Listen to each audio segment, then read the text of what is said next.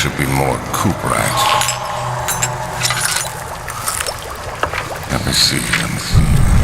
And 1 part aquafortis.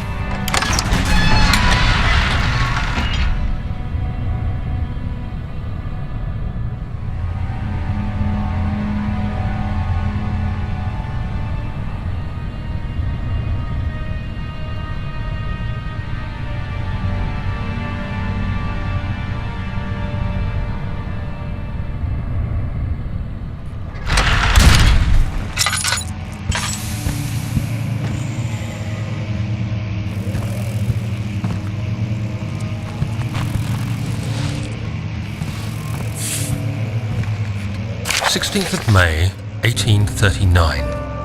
The unflinching African sun has continued to plague our expedition, making it impossible to dig until dusk. How Professor Herbert managed to find the location in these vast plains of nothingness remains a mystery to me. When I asked him about the tomb again, he told me about the legend of Tin Hanan, the mother of us all. An interesting story in its own right, but I can't help feeling there's more. Later that evening, we uncovered a passage beneath the dunes leading to a sand-covered stone structure. The professor was confident it was the tomb we sought and ordered the others to clear the way late into the dark, cold night. Tomorrow, I shall lead the men into the ancient structure, hoping to reach the burial chamber. No matter what the professor is keeping from me, the dig should yield something interesting to take back to London and the British Museum.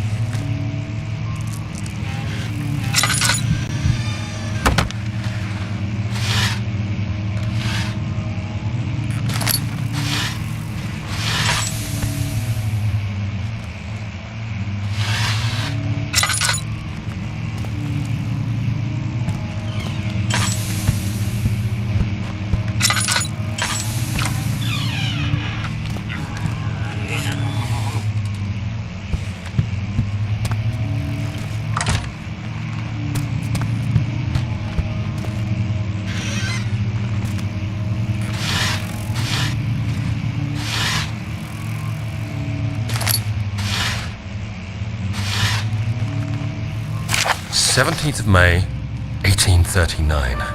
My hands tremble as I write. I feel a need to document my tribulation, for I fear that my memory will fail me if I linger.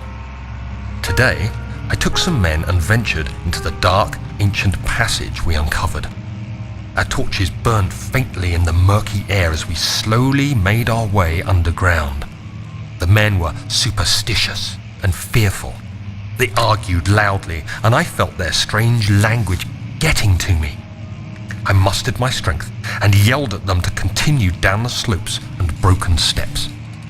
The crudely carved passage confused me. It looked much older than the 4th century structure we had expected.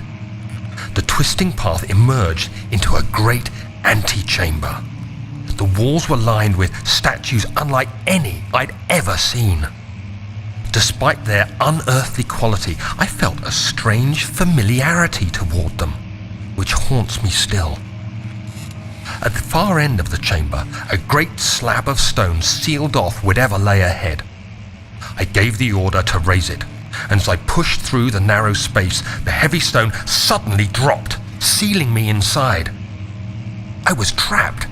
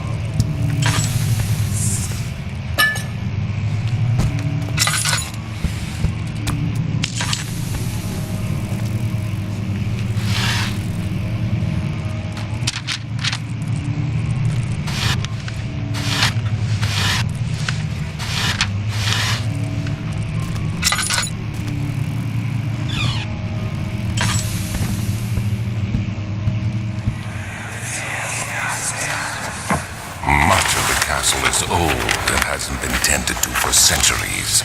When the shadow arrives, it won't take long until things start falling apart. We're just buying time anyway. Let's do what we can. There isn't much to be done about the walls. We should reinforce weak structures. The ground will tremble and there's a risk everything will cave in on us, especially downstairs. Here, and there. Let's get the servants working on it.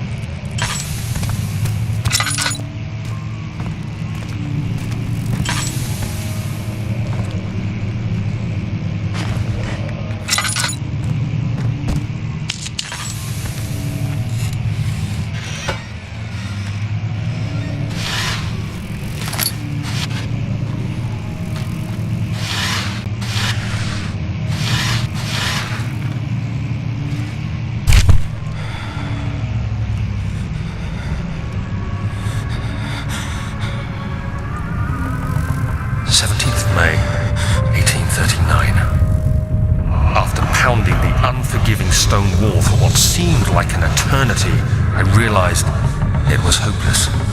I was trapped. I fell to the ground, gasping for air, trying to focus. That's when I saw a faint blue shimmer. My weakened body was heavy to carry, but I managed to push myself toward the enchanting light. It was waiting for me. Enclosed in dark nothingness, I felt myself drawn to the mystic light. I reached out, closing it in my hands. The faint glow escaped my fingers and began to spark brightly and spirit me away, unlocking alien memories of spiraling towers, endless deserts, and impossible geometry. The next thing I can remember is the grating sound of stone being lifted, the voices of the Arabs pulling me to safety, and grasped firmly in my hands was the broken pieces of a most peculiar relic.